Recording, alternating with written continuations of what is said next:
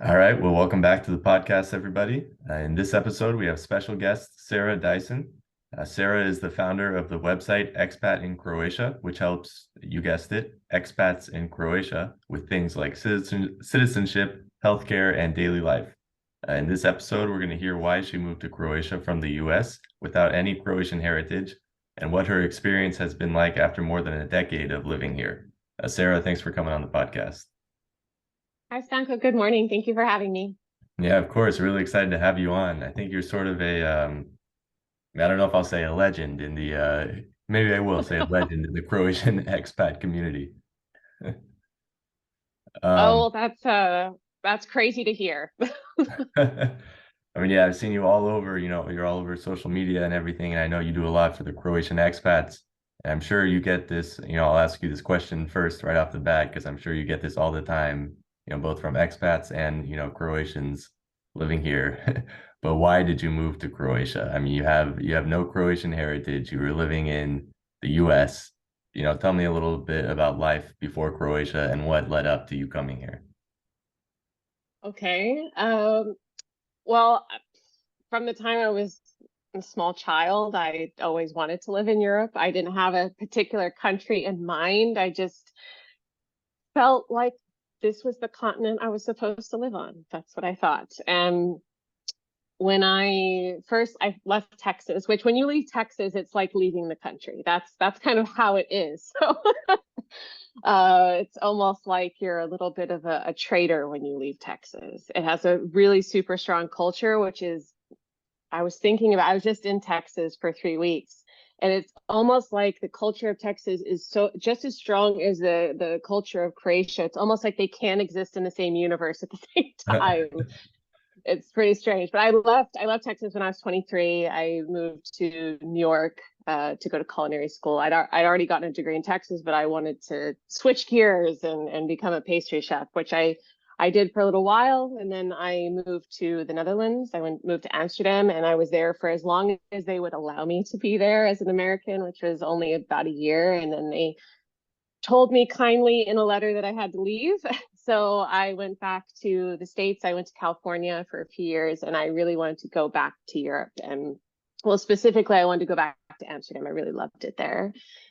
And I was trying to find a job. I couldn't find any company that would sponsor me. And it just, the cost of living had kind of gotten out of control. And at the same time, I was planning a trip to go to Italy, and in that research, Croatia got on my radar, and I didn't know anything about Croatia. I will fully admit that. The education I got in Texas is like you really only learn whatever has to do with the creation of Texas. if if that country was not involved in the birth of Texas, you did not learn about it. So I didn't know about Croatia, and the more I looked into it, the more intriguing it appeared. So I didn't go to Italy at all. I just went to Croatia for a holiday in 2011, and I liked it. And when it was clear that Amsterdam wasn't going to work out, I was like, okay, what if I just go to Croatia and I'll start freelancing, doing my own business and see if it works out. And if it doesn't, then I'll retreat back to the States and figure out something else. And if it does, awesome. And within 6 months, I just absolutely fell in love with Croatia. I didn't ever want to leave. Obviously, it's not up to me. It's up to the Croatian government how long I could stay. But, I did everything that they asked of me. And I wouldn't say it was, easy. There were lots of stumbles and hoops of fire and stuff. But now I'm here 11 years, and I can stay as long as I want. So yay! That's Yeah. essentially my Croatia origin story. Well, what did friends and family say I mean, I guess you coming to Europe in general, moving from Texas, from the US, moving to Europe, were they supportive of that? Was that sort of did that come as a shock to them? It did. It did. I mean, some of them are still trying to wrap their minds around it. I mean, I wasn't kidding when I said, like, when you leave Texas, it's not a good thing. it's um you know it's really hard to sell the idea of why anyone would want to leave, and especially to go abroad. It's just not a thing that really happens. I mean, even in my friend group growing up, One person maybe did a long study abroad for about a year, but I'm kind of the only person who really went off and left the continent. So it's a hard sell. It's hard for people to, especially the older members of my family, to really understand why to do this. And it's hard to explain it. I think Croatia is really special. I think we can all agree that Croatia is super special. It has this energy that you just can't really describe. And I want to so much capture that for people who haven't experienced it, and try to explain, well, what is it that you love about Croatia? It's like, oh, well, I can go down the list and I could say, oh, I love the strong community. I love the culture. I love the Rakia. I love the sea. I love the nature. I love all these different things, the quality of life. But you say those and you don't really, people can't really understand it until they've experienced it. So it's hard for me to communicate it when someone hasn't seen it. So because of that, it's still not completely understood. But I will say, after all this time, I was just at home, and so I was with a lot of my relatives. I think they're starting to get it, not because they still understand the concept of going away and doing this thing, but they see how happy I am here and how I've been able to build this thing that I'm so proud of. And that ultimately is what matters to them. Well, that's good to hear. Yeah, and I want to talk about what you built and expats in Croatia in a little bit. But before that, I have one more question about, coming over here. What were some of your expectations coming to Croatia? And did, everything go according to plan? Was everything as you expected, or were there any curveballs or, things you weren't ready for when you came here? I didn't have any expectations. I knew nothing. I literally knew nothing. I mean, I didn't know the language. I didn't know any of the people. I didn't know the history. I didn't know culture. I really, truly nothing. When I came here in 2011 on holiday, I spent 23 hours in Zagreb. I spent like 4 days in Split, 2 days on Hvar, 2 days in Dubrovnik. And that was it. And that's not enough to get any kind of sense of anything. I didn't know what my requirements were to even stay here legally. I found that out from our real estate broker.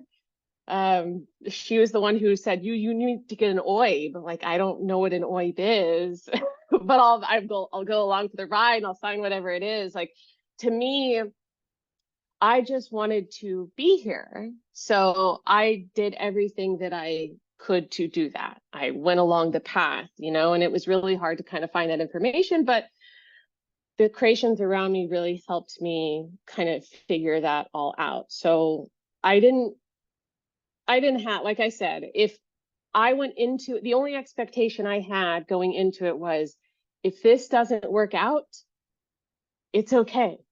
Like, I will go back home and I will try again and it'll be fine. So I like going into things without any expectations, because that way you're not disappointed. You're just surprised with whatever it is that you find. In terms of things being hard or challenging, I found it wasn't, the only culture shock I had was it just felt so different from what I was used to, but in a positive way.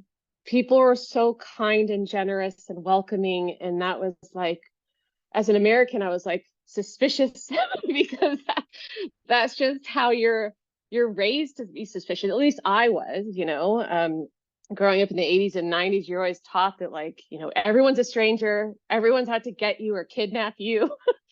And, so at the beginning, when people were so nice, it was like,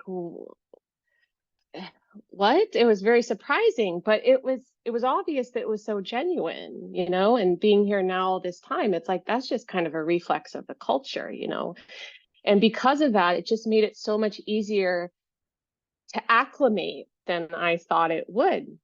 Croatians made it easier here for me, and that was so nice. It was part of what pulled me in.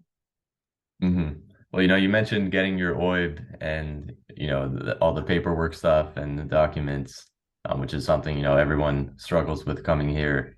And that leads me to, expats in Croatia. When did you start that and why? What was the purpose behind it? Sure. So I moved here in May 2012, and I registered the domain in July of that same year. So I knew I wanted to write something, and I thought it'd be an interesting idea to document my experience with the bureaucracy, because there were barely any resources if you just wanted to travel in Croatia. Like, a lot of the tourist boards were still had Croatian sites. They didn't have anything in English. So as I, got an OIB, I wrote a post like, this is what an OIB is. This is how you get your OIB.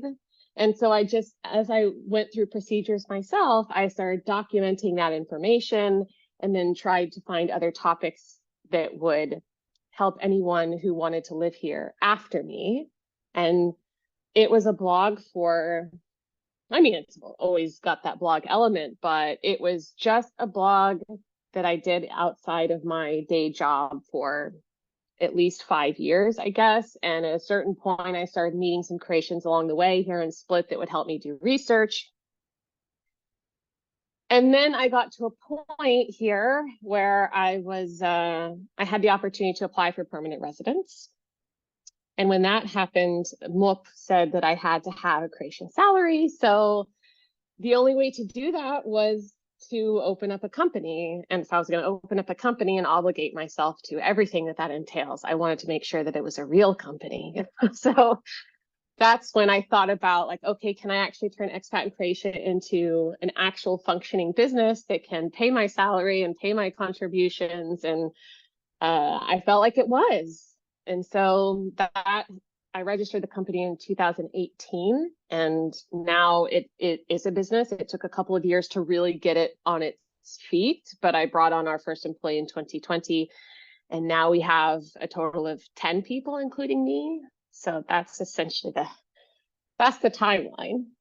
Wow. So is that really when it started to blow up in 2020? Did that coincide with like Yes. more, I mean, I'm gonna say more tourists coming here, but I guess that's not so much for tourists as for people moving back here. I'm just wondering why 2020? I wonder, was there certain events? I know the digital nomad visa was a little bit after that, I think. I'm not sure. I'll let you talk about that. Yeah. The digital nomad permit came along in 2021. So it was launched in March of 2021. So this was a bit before that. But there are factors. There are a number of factors that created this kind of perfect storm. So one was, okay, so I had this company, but I still was doing my day job of web development. I had a web development business, and it was going very well. And because it was going very well, I just didn't have the time to really invest in building Expat in Croatia properly. It was as I had time, and I really just needed time. And then the pandemic happened. We had that first lockdown that was, oh gosh, I don't know what accent just came out of me. That first, like, March, April. And I was like, oh my God. I mean, I love going on long coffees, but they do take up quite a bit of time. So in March and April, we had this long extended lockdown where I had no social commitments. Nothing was happening. So I could just work like an animal, and there was no judgment from anybody. And I finally got that dedicated time where I could really map this out and figure out how we were going to soar. And then in combination with that, you had all these people there are people that were tourists in Croatia that got stuck in Croatia. And then because they got stuck in Croatia, they were like, oh my God, we want to live here.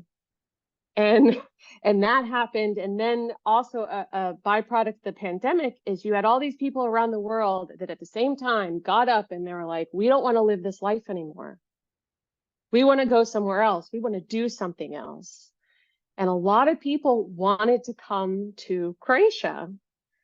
And that was part of it. And then in January 2020, the Croatian government overhauled the Citizenship Act. And I don't want to say they made it easier to get citizenship. That's not accurate, but they they changed the laws to open up citizenship to more diaspora. They removed the limit on how many generations back you could go. Spouses could get citizenship at the same time. There are a few other things that they did to open it. Oh, they waived the language test, the language and history and culture test. So that opened Croatia up to even more diaspora. So all these things happened at the exact same time. So we already had, at that point in 2020, I'd already had the blog for 7 years. So there was already an audience built in. There was already all this huge cache of content. So when everyone started looking at Croatia, we were ready for it. Yeah. And after that, it happened really quick. We hired a second person in 2021, and then we hired 3 or 4 more that year, and it just kept going. The avalanche is still rolling down the hill. Do you ever feel like the world is becoming a more uncertain place? With political and economic instability on the rise, it's more important than ever to have a backup plan. That's why you should consider becoming a citizen of Croatia. With Citizen HR, the Croatian citizenship app, you can take control of your future and ensure that you and your family are protected no matter what happens. As a Croatian citizen, you'll have access to a stable and secure country with a growing economy and a high standard of living. But the process of becoming a citizen can be confusing and overwhelming. That's why Citizen HR is here to help. With our wide range of expert guidance and support, you'll have everything you'll need to apply for your citizenship. One user, Mariana, says, "I'm so glad I applied for Croatian citizenship when I did. I'm concerned about my family's future in Australia. I can't wait for us all to move to Croatia." Citizen HR made it all a breeze. So, if you're ready to take control of your future and ensure that you and your family are protected, download Citizen HR today. Because at Citizen HR, we believe that citizenship is not just a legal status, it's a huge leap for safety and security. So what are you waiting for? Head over to www.citizenhr.app today. Use the code ALLTHINGSCROATIA for 50% off any biography translations you order. Yeah, well, that you reminded me of my own reason, for coming here, which was, I guess, 2021, but also, during COVID, during the lockdowns, and I felt like I had always wanted to move or at least come to Croatia for an extended period of time. And at that point, it just felt like the perfect storm, the perfect time. Nothing else is going on. Let's go to a different part of the world. And then, now, so I've been here for 2 years since then, after, thinking I was only going to be here a few months, 3, 4 months. But what are some of the things, that expats are struggling with most here, or things that you're helping people with most? Well, that's a good question. Well,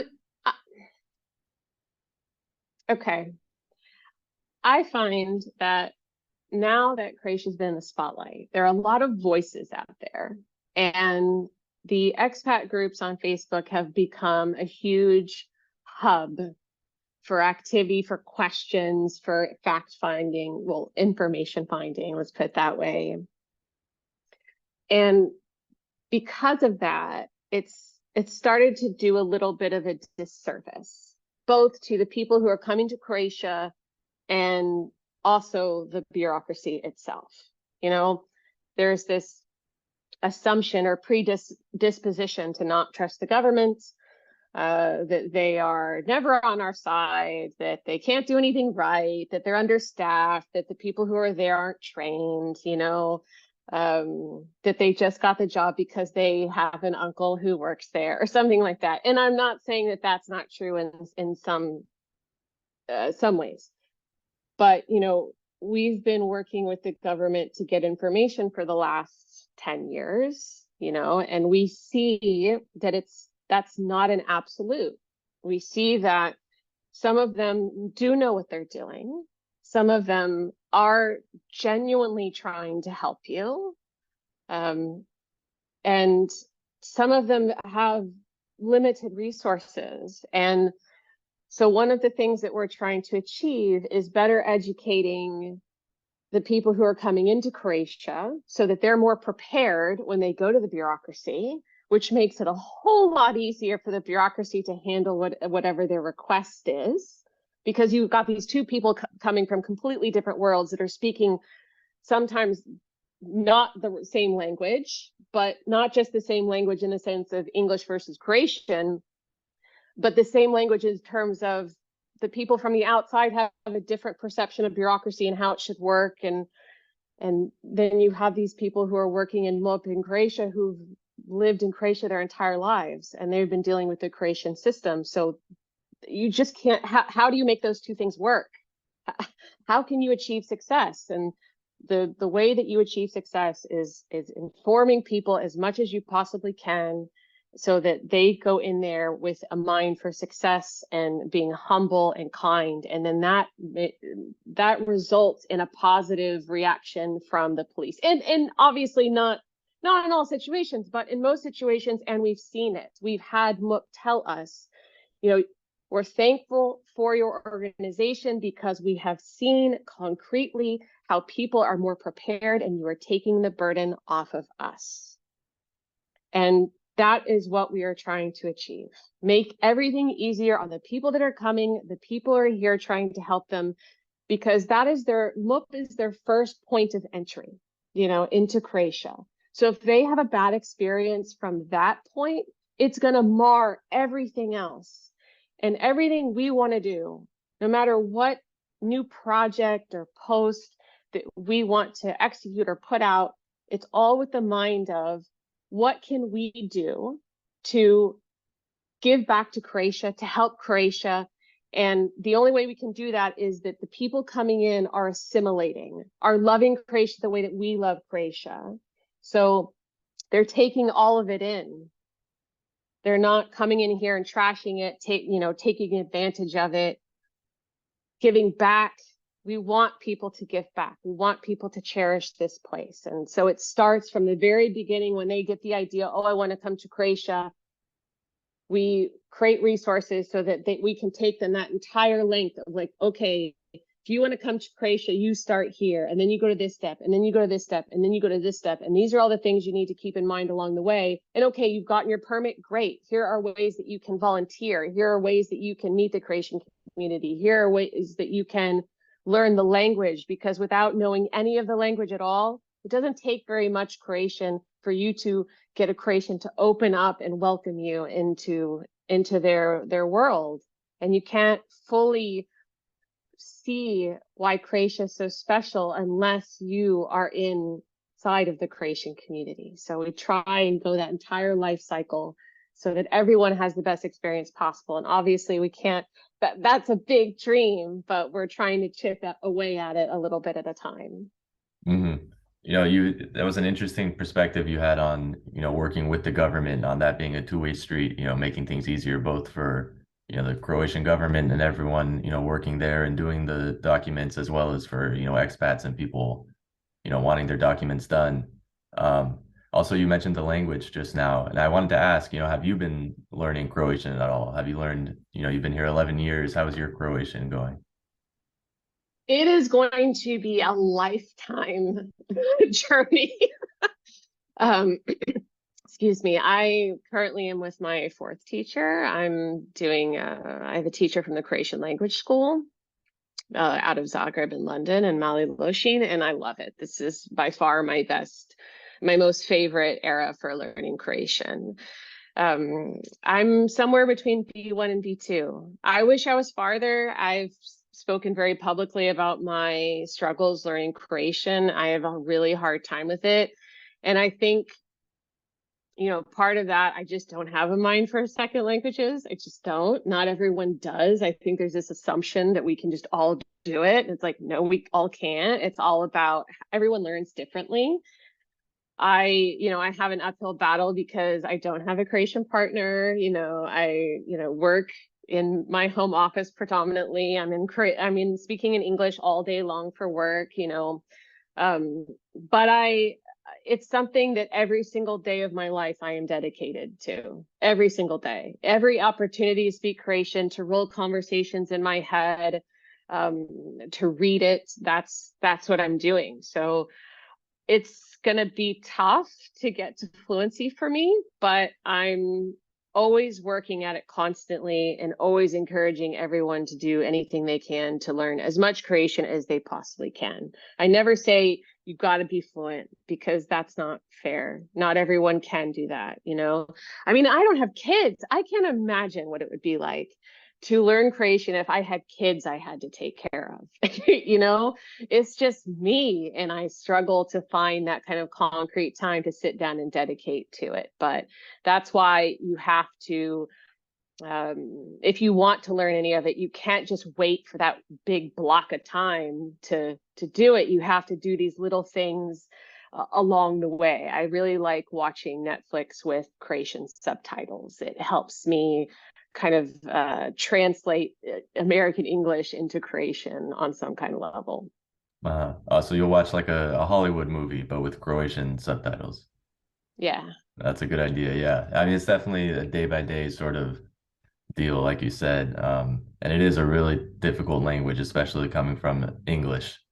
Not a Slavic language background, which, makes it easier with the pedagogy and the grammar and everything and the constructions. But yeah, it's definitely for me, it's worthwhile, I think, to learn and to study and to at least try, and that's the most important thing. Sarah, as we come down, sort of to the end of the episode here, I want to ask, what do you miss about Texas or about the US? Or do you feel that, the life here in Croatia is lacking something, or are there ever times that, you miss something? Oh, no one's ever asked me the question, do I feel like Croatia's lacking anything? Um, Yeah, I just said that off the top of my head, but it sounded pretty intense actually after I said it like that. um, well, it's people ask me if I miss Texas a lot.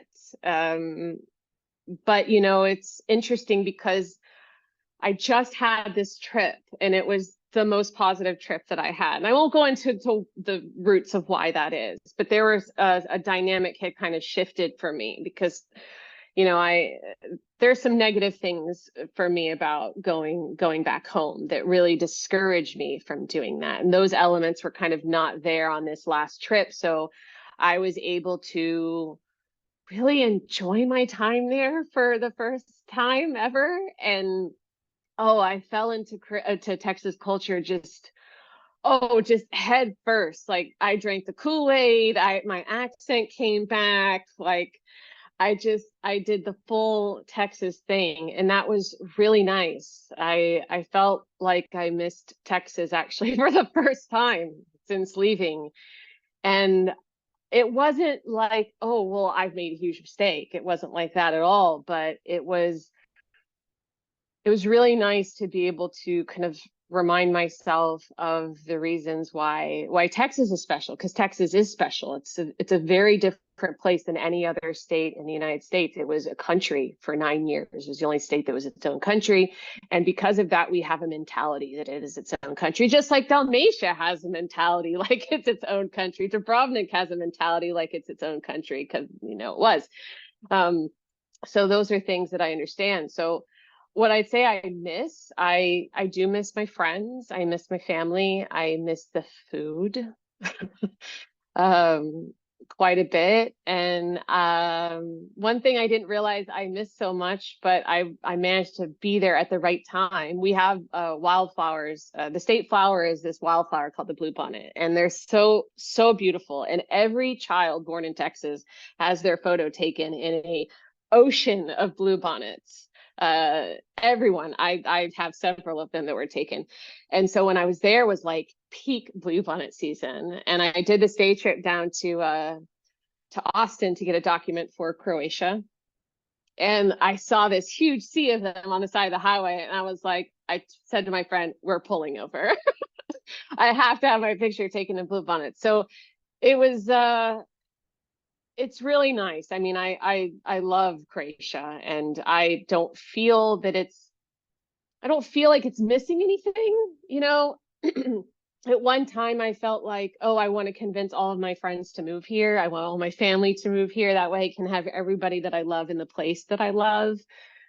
But there is something to be said for keeping those worlds apart because people may not fit in those other worlds. And I know that when I go home to visit, a lot of times I don't feel like I'm in the right place. I feel a little bit like an alien, but um, I think it's actually one benefit of having this life is if I was living in Texas and had ready access to all of my friends and family that I miss, I don't know that we would all appreciate each other the way that we would versus me going to visit there every 2 years, because then I have this really concentrated quality time with them that I don't know that I otherwise would have had. So it actually, now I see kind of the silver linings to those kinds of situations. I don't know if I've answered your question or not. I feel like I went on a No, tangent, but I was just gonna say that's a great answer to a strongly worded question for no apparent reason, an intense question. But no, hey, I excuse love intense questions. me. That's just the way it came off the top of my brain here as I'm still waking up here in the morning. It's already 10, but you mentioned food and Texas, of course, has a great food culture, and so does Croatia. And before I ask about that, because that will be our last question here, but I want to give you a chance to shout out, your website and social medias. Where can people find you? Can people find Expat in Croatia? Oh, sure. So our website is expatincroatia.com, and you can find us on all the big social medias. Our handle is also expatincroatia.com. It's pretty easy. We have a newsletter that comes out on Tuesdays that has all of our new posts, our updated post, a language lesson with audio that you can hear from one of our Croatian team members. And also we include actionable news from Croatian news that we summarize in English. So that way, the things that are actually going on there impact your daily life. So that is how to find us. Awesome. Well, thank you for that, Sarah. And as we get ready to go here, I want to ask about food because, of course, Croatia also has a great culture of food, and Dalmatia in particular, where you're in Split. What are sort of your favorite foods, favorite things to eat here in Croatia? Sure. Sara is my top. Love, love, love, love it. And my favorite one is at the Krolo Winery near Chill. It's amazing. The winemaker's wife makes it, and it will blow my mind every single time I have it.